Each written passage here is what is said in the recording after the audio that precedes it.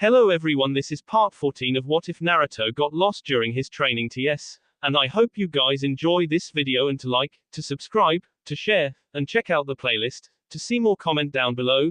Now let's start the intro. They call me a god. They call me a god. They call me a god.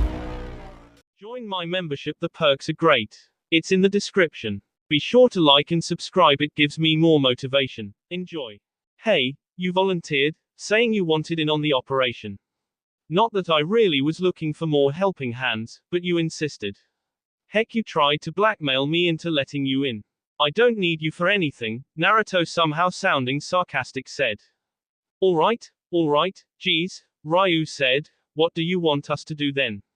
You've got more than enough medics running all over the place. What can we do? 'Cause originally you said that I'd be checking up on the people you got out. The 25 of you will still be doing that. You guys'll be our welcome wagon. You guys'll get to do all the greeting. Since you're all from Nasu, you guys'll be more suited to reassuring the people that we're here to help them. Okay, we can do that, they said. Good. Naruto then called over one of the clones that looked like the clone that sent the group to the camp. The difference between Naruto and this clone was that it had a patch on its coat over its heart with the kanji for surgeon on it, the color of it being gold. This guy'll be in charge while I go out and do the rescuing. Ryu, you're second in command, Naruto instructed, then left the group. I'm Gekkai. Nice to meet you, the clone said. I am currently one of Rosuto-sama's surgeon generals. You do know what that means, right? Quote. I'll take your silence as a yes, he said. You guys are in charge of welcoming the rescued as well as performing the initial diagnosis. After which you will send the people to one of the other divisions. This camp will act like a hospital. Got it? He didn't wait for an answer. Good. Should I be forced to leave for whatever reason, Gimmon will be in charge. He then brought the group to the different tents that made up the different divisions of the Suedo hospital. This was so that the group would know where to send the people. The group were then given a team of nurses to help them with the duties. These nurses were a mix between Naruto and Naruto clones, of course ones that had different features to make it harder for anyone to realize that they were actual clones of Naruto. Not that he had encountered anyone that could tell that they were clones, or anyone that could perform even a simple bushin. It seemed as if the shinobi clans of this time were either very nomadic or had small hidden villages scattered throughout the continent, all of whom were avoiding the war-torn lands of the 9 nations at war with one another. The group were given new uniforms to wear while they were in the camp, Ryu's coat having a similar patch to Gekkai's, except this one had the kanji for number 2 below the kanji for surgeon. They were then ordered to get what they think they would need from the supply tent. All of them wondered where Naruto had gotten a hold of the creatures that were in the camp. Dragons were things of myth, but here they were walking and sleeping amongst them.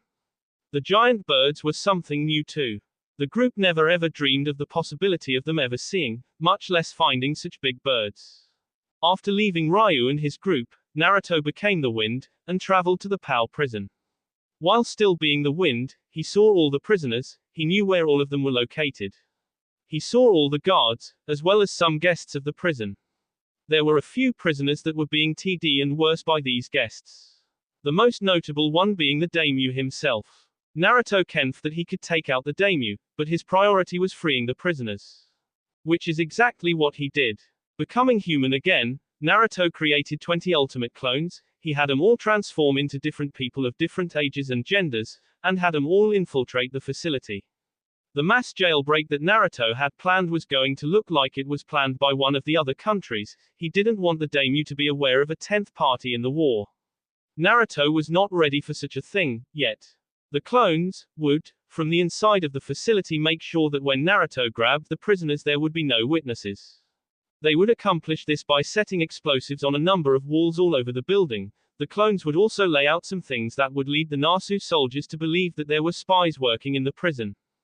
The clones would also do something in order for the daimyo to think that his enemies had sent assassins to end his life once and for all. Naruto's clones would make it look like a mass breakout, an attack, and an assassination attempt. The clones wouldn't do anything until Naruto gave them the signal. Naruto then went to the other facility, the other prison, he sent in another 20 clones, they would do the same except, The attack would look like it was made by a bunch of bandits and mercenaries, outlaws to all. Visiting this second facility was one of the heads of the medical corps. This guy used his knowledge in healing to further enhance his tea skills. Morino Ibiki would have been impressed. But Naruto was not. That man was a taint on the profession. Naruto's clones would make sure such a taint was scrubbed out. Due to this official's death, Naruto would try and make it so that Ryu be made to take his place as one of the heads of the medical corps. Naruto's next destination was the industrial zone, specifically the warehouses that housed the slave laborers. Instead of wind, Naruto became water. He moved through sewers to get below the warehouses. The layout of the inside of the warehouses were easy enough to navigate through. There was no way in or out on the ground level that wasn't well guarded. Naruto, being water, could see into the buildings via the grates on the warehouse floor that the slaves used for bathroom purposes. There wasn't a single shower in the place, just grates that covered the sewer system below the place. Instead of creating ultimate clones, Naruto created mud clones. The thing about mud clones was that they could take a lot more hits than a regular Kagebushin, but unlike water clones, these ones each got more than a tenth of their creator's strength. Naruto didn't bother modifying these clones, even though he did have modified versions of it. These mud clones formed themselves inside the warehouses in the corners above the grates. With the lack of mud around, and Naruto being a bit more cautious than he normally was, had to make do with what he had at his disposal, he used the mud like crap found in the sewers. He created as many clones as he could. These mud clones, well more like crap clones, would somehow cause the roof to come tumbling down as well as cause the place to burn. Naruto didn't exactly modify the clones too much. He just made it so that when the clones burst into smoke or melted they would release methane instead of the standard ninja smoke, which was just chakra residue being released into nature. The released gas would then ignite due to the way that Naruto was going to grab the slave laborers. Naruto would grab the prisoners using his control over Earth. He would literally suck the people into the Earth plane, which was like the shadow plane except that instead of just formless darkness, there it would be really rocky. Sure, they wouldn't really be able to see, but should they move they would feel the rocks, the soil, the earth, the sands, and the occasional earthworm. For the people in the warehouses, Naruto was going to grab them into the fire plane. The usual vision of hell being a place filled with fire, well, the fire plane was just that, although Naruto would make sure that the people went to the part that was just warm. Naruto's next destination was the medical district, where all the clinics and the hospital could be found. This one was the easiest one of all the places, no clones needed. Once Naruto got there still using the sewers, he instantly shifted into wind, and whisked off all the people to the checkpoints. From there they would be counted. It was like an impromptu census, then they would be sent to the camps via portable teleportation gates. After doing that, Naruto went to his last stop, which was the daimyo's castle itself. There were a lot of slaves that worked as servants, and playthings, and Naruto was going to get them out of there, whether they liked it or not. He was going to deprive the daimyo and his court of some of the pleasures in life. Arriving there on foot, while sticking to the shadows but not traveling in them, Naruto created 100 ultimate clones, that would somehow find their way into the castle. Naruto was going into the castle himself. He wanted to use the physical way of doing this part since he didn't want to accidentally do something stupid too soon into the game. Stupid and reckless things would be done later, when he got a hold of all the information from Touken, Hyakume, and Dorotobo. He needed his 100 clones for this job, since he needed to check out all of the rooms, and when he said all, he meant all. Every single one of the rooms would be checked. His clones were allowed to create clones of their own to hasten the search and rescue operation, but that was the only jutsu they were allowed to use. There were more hostiles in this place than any of the other places that Naruto was targeting. Here his shinobi skills would be put to the test. He would be going up against multiple individuals, and taking them out of the game. Of course he would also be leaving a number of them alive, but there would be losers. This way the daimyo and his generals would think that one of the other countries had really sent an attack on his capital without him knowing it. Somehow Naruto thought that by doing this it would make the daimyo realize the real value of his people. Once the first slave had been brought out, the clones that had found the child literally carried her out of the castle and to the nearest checkpoint. Naruto gave the go signal to his other clones.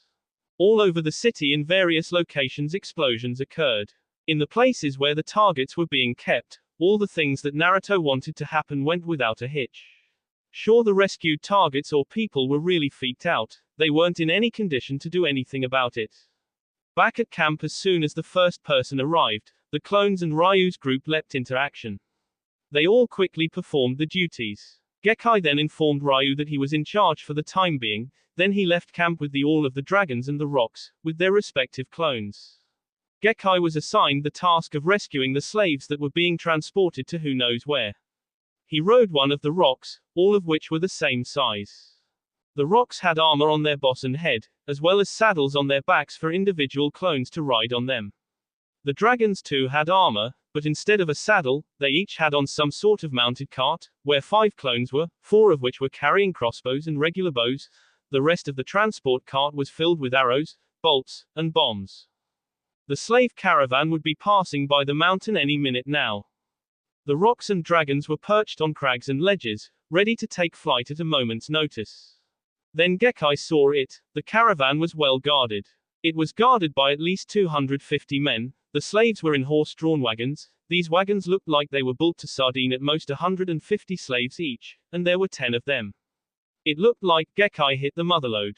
The caravan looked like it didn't originate from the capital, rather it looked like the capital was just one of the stops along its way. Gekkai motioned for one of the rock riders to take to the air and see if the escort was actually made up of soldiers or something else. Gekkai had a feeling that this wasn't a Naru-escorted caravan. As the rock rider returned, his suspicions were proven to be true. The caravan was actually made up of mercenaries hired by one of the kings of the slave trading industry. When the caravan was a lot closer to the mountain, he signaled for the whole flight to take to the skies. It was time to make their presence known. It was a cloudless night. The rocks formed a constantly moving circle above the caravan. The dragons darted here and there within the circle. Gekkai was planned on having his men drop bombs to confuse the mercenaries. These bombs were smoke bombs, big ones. Once the bombs were deployed, with some of the clones saying bombs away, Gekkai and the other rock riders broke away from formation and had their 32-foot-long rides to fold their 24-foot-long wings to go into dives. Gekkai and the rock riders were equipped with spears. These would use in the dive bomb attacks by spearing the mercenaries. The rocks would help using their claws. The mercenary escort expected that if they were ever to be attacked, there were more than enough of them to ward off the raiders. But what they didn't expect was for their attackers to come from the sky. As soon as the first bomb exploded, the mercenaries tried to find the position of their attacker. More bombs kept raining down on the caravan and exploding. The mercenaries started to panic since none of them seemed to be able to find the attackers. The smoke obscured the shadows in the incoming rock riders. Those that noticed where the bombs were coming from found out just as they were impaled by one of the spears. Others were taken up into the air by the rocks and were split in half. With 30 rocks dive bombing the caravan, the smoke soon dissipated, and the remaining mercenaries saw their attack as the rocks and their riders. But that wasn't all they saw. They also witnessed the dragons swoop down and grab the wagons with all 4 limbs and took off with them. Some of the mercenaries also fell victim to the arrows of the clones, as well as to the breaths of fire of the dragons. After an hour the raid was over, none of the slave wagons remained. The dragons had carried them all off, and the rocks had snatched up the horses. The only ones left on the open plain were around 50 mercenaries. They didn't know what hit them. It was so sudden. The whole affair lasted for only an hour. They were not prepared for something like this. Their employer would have their hides if they returned empty-handed. If they didn't return, they would be hunted down. All 50 of them were in a quandary. They really didn't know what to do. One of them decided to just plop down on the ground and wait for death. At least it was his choice, and not the choice of some other person. He knew the slave trade was not really that good of a thing. It's just that he, like many of his companions, needed the money, some of them just to survive, and those that had families for their family's survival. Of course there were those that did it since they approved of it, but there were those like the one who resigned himself to death who were against such things. Being a mercenary didn't instantly mean that they had no morals, it was just that these were the things that they were paid to do. Soon all the rest followed the first man. They were all sitting on the ground, waiting for the deaths that would come in one form or another. Some of the men were waiting for the others to fall asleep. When that happened, which they would committed s. They had all chosen the coward's way out. But it was not meant to be. 3 hours after the raid, they saw a speck in the sky making its way for them. Most of the men thought that it was one of the attackers coming back to finish him off. A few of them thought that it was the Shinigami coming for their souls for the things that they had done in their lives. These were the men who had regretted every single job they had done. They all watched the approaching speck. It didn't get any clearer the closer it got. That is until it suddenly dropped down in front of them, at a speed way faster than during the attack. Once the bird was comfortable on the ground, its rider dismounted. The remaining mercenaries got a good look at one of their attackers.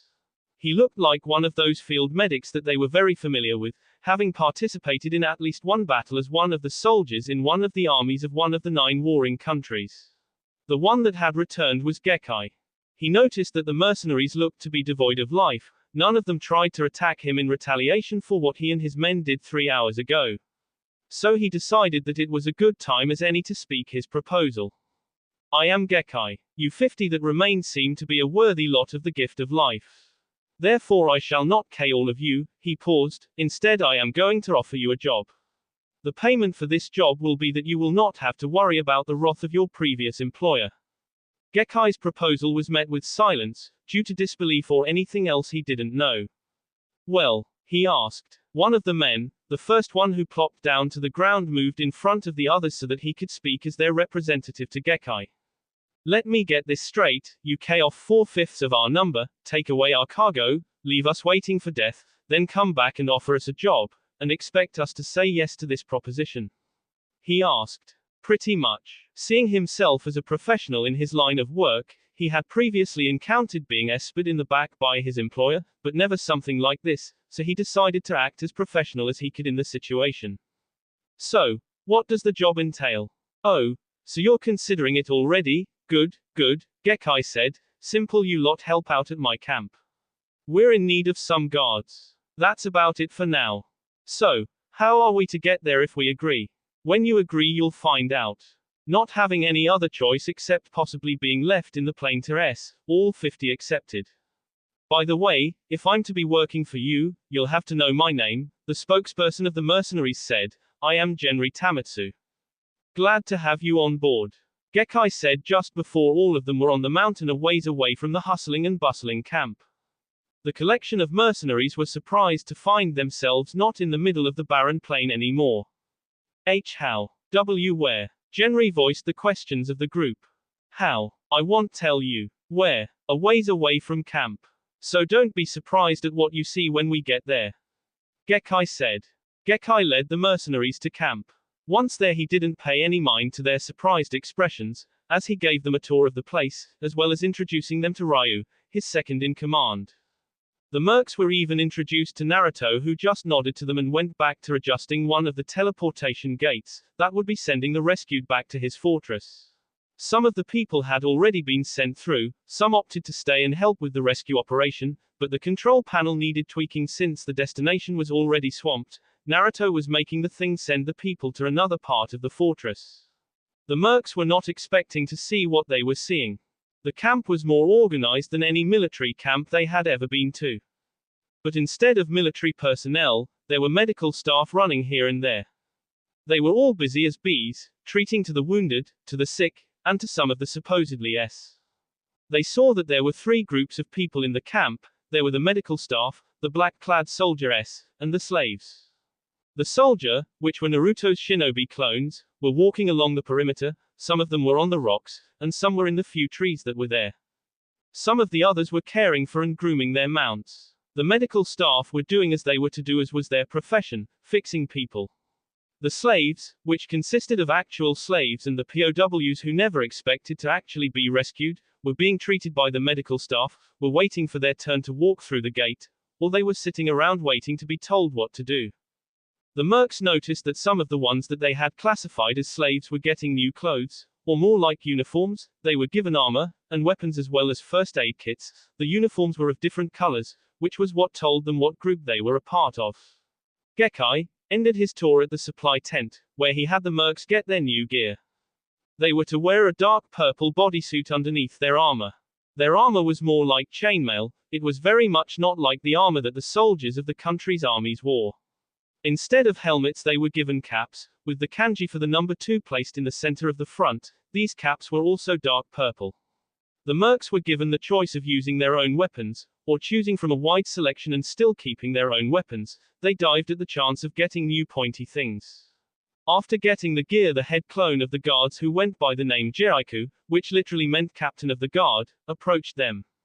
"I'm Jericho, I'm your new boss. We'll be watching over the paths leading to camp. So get your gear on and meet me at the place where you got into camp." The mercs quickly did as they were told and soon found themselves in the company of Jericho and a few of the shinobi clones. Jericho and Gekkai were both ultimate clones. The group then made their way to the only path that led to camp. Once there, the shinobi clones positioned themselves in locations that gave them a clear view of the path. The path itself was more like a long flight of stairs. It looked quite steep. Naruto created it for future use. If you were a friendly, the stairs would act like an escalator. If you were foe, you had to climb the whole way up. After being told where they would position themselves, they were informed of their shifts. Then the ones that were not slotted for that time were then led back to camp. Once there, they were shown to the tent that was designated as theirs. Jericho didn't stay with them. He returned to guard duty. He was only in camp to retrieve them. The camp was by no means a small one. It took up a large chunk of the mountain, but it was shielded from view by the surrounding mountains. The mountain that the camp was located in was one that was located at the center of a mountain range that consisted of 9 mountains that were so close to one another that Naruto could jump from one to another, with the aid of chakra, of course. The camp's mountain was the shortest one. Tamatsu was one of the 25 mercs that were off duty. He picked a pre-set up bunk bed near the tent entrance. As he lay in bed, he quickly grew bored with nothing to do. Some of the other mercs brought out some playing cards. One of them managed to get a shogi set from the supply tent. Tamatsu decided that he would wander around the camp a bit, and get himself a bit more acquainted with some of the other people he would be working with. As he walked around the camp, he saw that Naruto, who was Gekkai's boss, he wondered what the man was doing in the camp. It looked like Gekkai had everything under control. He was the center of attention of a number of the officers of the camp. The heads of the other divisions and group were crowded around him receiving their orders. He also took note of Ryu, who was giving out orders to the medical department heads. But what he grew curious about was what Naruto did, aside from tinkering with that thing that Gekkai referred to as a teleportation gate, or gate for short. Normally the boss wouldn't be seen wandering around camp. The boss, the leader, would be lounging around in his tent or something doing other things, not running around. So Tamatsu decided to follow the blonde man around the camp as he did what he did. He watched as Naruto helped tend to the wounded, as Naruto comforted the ones in pain, as Naruto made the children laugh. He watched Naruto as he went to the kitchen tent, and helped with cooking the meals. There was food round the clock. He watched Naruto as he sparred with some of the regular soldiers, and encouraged them to actually try and hit him. One of those men actually hit Naruto by accident, and instead of being yelled at was treated the sight of a laughing leader, who laughed out a, "Now, that's a punch." Tamatsu spied on Naruto as he talked to some merc-looking people. While he was spying, he failed to notice that Ryu had walked up to him. "So, spying now are we?" Ryu startled him by asking. "Hee, yeah," Tamatsu admitted, "I was trying to find out what our leader does around camp." "Oh, that's an easy thing to answer. Rosuto does everything." "What do you mean by that?" "Well, he personally went with some of those black-clad soldiers, and when it was time for the rescue operation, he was one of the people that rescued the slaves that were in the castle." "Really?" Tamatsu couldn't believe that there was actually someone that would willingly do that. "Yeah, he's nuts, that's what he is. He's got a lot of people working for him that could do the things he does, but he chooses to do them himself." "Why does he?" "He once told me, 'cause it was the right thing to do.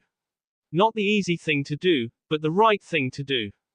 "Does that apply to everything or just to rescuing people?" "Mostly the rescuing, the rest is most likely for that same reason, but also because he just likes doing it." "I see. So you gonna tell me what he was doing over there?" "Sure. That merc-looking fellow was one of his spies." "Oh," Tamatsu said, "so you got family?" "Changing topics, huh? I'll indulge you. Yeah, I got family, a wife and 2 kids, both boys." "They know what you're doing now?" "Nope. But I'm planning on bringing them here, if possible." Rosuto said he could make it look like one of Nasu's enemies attacked or kped them or something. That guy seems to be a little too good to be true, so what's he want in return? Who knows? So how about you, got any family? Yeah, sort of. I don't really know where they are nowadays, my job's kinda kept me away from 'em. One time as I got back home they weren't there no more. Sorry, Sock, you didn't know. So, wanna go check out those dragons? Sure. So the pair walked off to look at the dragons. When they got there, they were treated to the sight of two dragons cowering in fear in front of Naruto, who looked mad at them for some reason. So Tamatsu asked one of the people there what had happened. He was told that the two dragons got into a wrestling match and almost rolled over some of the civilians, and so Naruto had told them off for doing such a thing. The dragons were told to be more aware of their surroundings. After glaring at the two dragons for good measure, Naruto walked off to where the rocks were. So, Ryu, you know how he did that? Tamatsu was referring to Naruto being feared by the dragons. I was wondering the exact same thing. Oh, it's simple really, the dragons view him as their alpha, he beat the previous one for the position, someone said. That someone was one of the newly freed slaves that had decided to stay. He was a former soldier that had retired early in life, and was from Komugi no Kuni, where after being a soldier became a farmer in some village that was later attacked by Nasu. He wore a white bodysuit underneath his brown body armor. How do you know that? Tamatsu asked. It's Yuji, Kuriku Yuji. As to how I know, well, I asked Rosuto-sama. You just asked him? Tamatsu asked. Yep, he told me straight how he did it, and asked me if I believed him. Well, did you? Ryu asked. At the time, no, but after what I've seen, yeah I do. When'd you ask him? Ryu asked. Couple hours ago. Well, you two, it was nice talking to you, but I've got to get back to work, Ryu said before leaving the two men. So what are you a part of? I'm a guard. Me. Well, I'm supposed to be an apprentice to one of those dragon riders. Cool. So, maybe one day I'll see you riding one of those big lizards, huh? Yeah. I'm supposed to be wearing an eye patch right now, since it's training for using those bows and crossbows. So why aren't ya? The dragon I was assigned to ate it. Ha ha, seriously. Yeah. Scary really, it plucked the patch off of my face and just ate it. Good thing it didn't hurt ya. Yeah. So you supposed to be doing anything else now? Yeah actually, so I guess I'll see ya around. Oh, yeah? Sorry, I'm Genri Tamatsu. Well, see ya Tamatsu, Yuji said as he walked off. Tamatsu then went back to the tent, and lay on his bed waiting for his shift to begin. All he had learned of their leader was that he was weird, could do almost anything, enjoyed being around his people, was the alpha of the dragons, did some things cause he wanted to do them, did some things cause it was the right thing to do, and was crazy. Enough of wising, more resting, his shift wasn't for a few hours. A week after that night, Nasu's capital had a shortage of slaves, but due to that night's events, security was a lot tighter. Ryu was promoted and replaced the head that had SD in the attack, and Naruto was making plans to leave. Nasu had lost one its major resources, people. Nasu was starting to run low on gold, so the daimyo decided that it was time to go raiding his neighbors again. The daimyo then informed all of his officials of his plans. At the end of the month, Nasu would attack Tetsu no Kuni. Attacking Naya no Kuni was out of the question since there were reports of that country having problems of their own, and that they too were preparing their army to attack Tetsu. This was the kind of news that Naruto wanted to hear. His relocation plan revolved around being one of the people that would in battle again. At the end of the month, Naruto marched off to his death. Gekkai and Ryu were left in charge, with Tamatsu and Yuji as the next in the chain of command. Jiraiku had promoted Tamatsu 2 days after he joined up, then he went back to Naruto's fortress to continue his duties there. While Yuji was given command of the Nasu flight of dragons after it was found out that the dragons seemed to like him most out of the other new recruits, he was also promoted due to his being a fast learner. A day before Naruto's departure, the camp had more real people than clones, seeing as a large number of people decided to stay and help out. 1 week after Naruto's death march, he found himself working in the kitchen of the daimyo's castle. The daimyo was a big man who loved food. After his Chisenbushin SD, he disguised himself as one of the kitchen staff that accompanied the army. When he found himself in the capital, he was told that he would be living in the castle since he told the officers that his companions had SD in battle, while they were making deliveries on the battlefield. On one of these deliveries they were ambushed by the enemy and Naruto was supposedly the only one who survived. Another thing that Naruto learned about the daimyo, aside from his gluttony, was that his favorite food was basically of the soylent green variety. This man was a cannibal. He ate slaves cooked in different ways for breakfast, lunch, and dinner. When a family displeased him, he had them eat one of their family members. Due to his barbaric nature, the soldiers in his armies were men who loved bloodshed, and didn't mind eating a person or two. The reason for Tetsu no Kuni's being at war with the other 8 nations was that the country's leading clan had a craving for human and blood.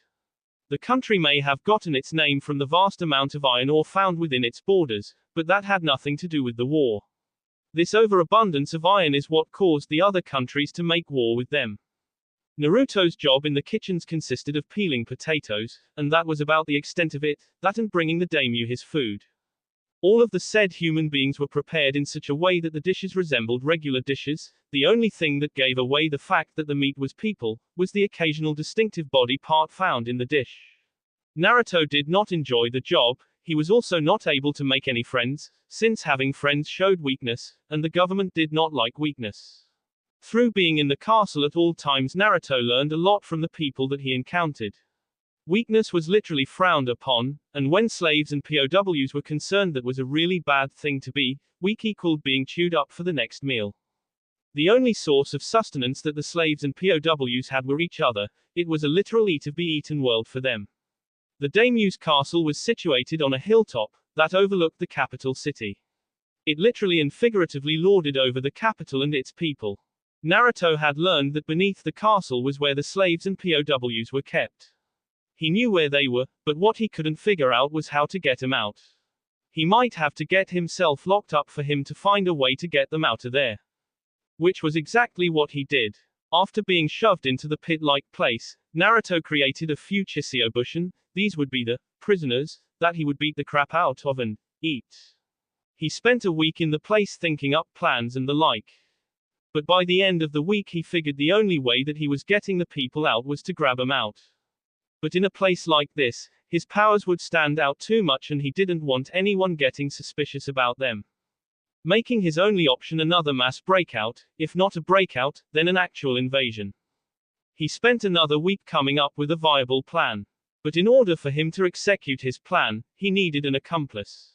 So for another week he concentrated on making friends with some of his fellow inmates, most of whom did not want to form any sort of bond with him, since in their minds they thought that they would have to eventually back him to live. All of them rejected his idea of friendship save for one young woman and her daughter. The names were Tokage Tsukiko and Tokage Yoshiko. When Tsukiko was forced thrown into the pit, she was 8 months pregnant. Her husband had been killed by some of the soldiers for no reason other than that he was weak.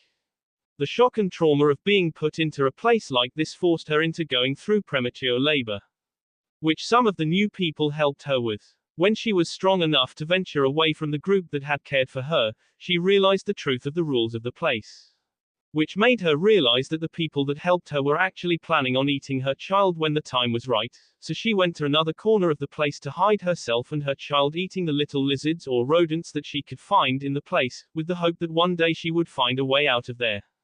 It had been 4 years since she had first been brought in when she met Naruto, who still went by the name Rosuto, who wanted to be her friend. At first she was suspicious of him, but after 2 days of him defending her and her child, she started to think of him as a friend in this hell that she had been living in. Sure, he cared some people, but he never showed any aggression or such behavior when dealing with her. He was kind and patient as well as protective of her and her child. Naruto's week of making friends had ended. He now had the accomplice he needed. The only thing that bothered him about his plan was that he did not share it with the 2 girls. Naruto's plan was simple. He would cause mass chaos in the pit. He would make it so that most of the inhabitants would end up fighting one another, including the guards. This was not only his way of distracting everyone from his leaving the place, but it would also serve as a way for him to know who were worth saving later on, and who were to be left in hell. If he was going to cause chaos, what did he need an accomplice for? Well, he was going to have a few of his Chichibunshin his accomplices, then he was gonna jump them, and somehow get the whole place into a feeding frenzy, or something like that. The people would really believe that his friends had really been killed and that he was avenging the deaths. This would make those that still considered the gift of life to be important to defend one another from attack. Hopefully the only ones that SD were the heartless. It took Naruto another week to set everything up for his big production number. The day had finally arrived for Naruto to put on a show. He had created several Chiseo Bushins that would ambush Yoshiko, drag her out and beat the living out of her. Of course the Yoshiko that they would beat the living out of would be another carefully placed Chiseo Bushin. Time for things to begin, he signaled his clones to begin the first act. Around 6 of the clones ambushed Tsukiko and Yoshiko while Naruto was away from them. 2 of the clones held back Tsukiko as the other dragged her little girl to a place where many could see the spectacle that was about to unfold. Somewhere along the way Naruto grabbed Yoshiko into the shadows, and replaced her with a blood clone copy. When the clones were in position, they went nuts, sending blood and guts everywhere, some of this being Naruto utilizing one of his area effect illusions. As he heard Tsukiko scream of horror he jumped his clones and started beating the living out of them, and shouting things about friends and stuff. That was the signal for the other clones to do their thing and start beating the living out of one another. Some of the clones had to use genjutsus to get the people into a frenzy. After a few minutes the whole place went nuts and bananas. During those precious few minutes Naruto had slipped off into the shadow plane and grabbed Tsukiko with him. They then popped out of the shadow of a tree a few meters away from the city limits. Tsukiko, after seeing freedom, thought that she had SD seeing as her daughter was there with her along with Naruto. She was happy that she was finally free, but she was also at the same time sad that she had SD, as did her friend and child. But something shocked her. Naruto was smiling a big smile, he was happy. Ha ha, finally out of there. Hey hey, we're free, he shouted. What are you so happy about? Tsukiko snapped at him, we're S. What's so nice about that? S. Really? I feel alive to me. Of course we're S. Yoshiko is right here with us, she said as she gestured towards her child. She looks like she's just sleeping to me, not S. What? Do you have any proof that we are actually still alive? Sure. He then pointed in the direction of the castle that was visible. That proof enough, cause I know you haven't done anything to warrant hell. She stood there slack-jawed at the sight of the castle. Believe me now? He asked her. She nodded her head in response. Good. Now then let's get you and her to someplace safe, then I can go about getting the rest of the good people out of that hellhole.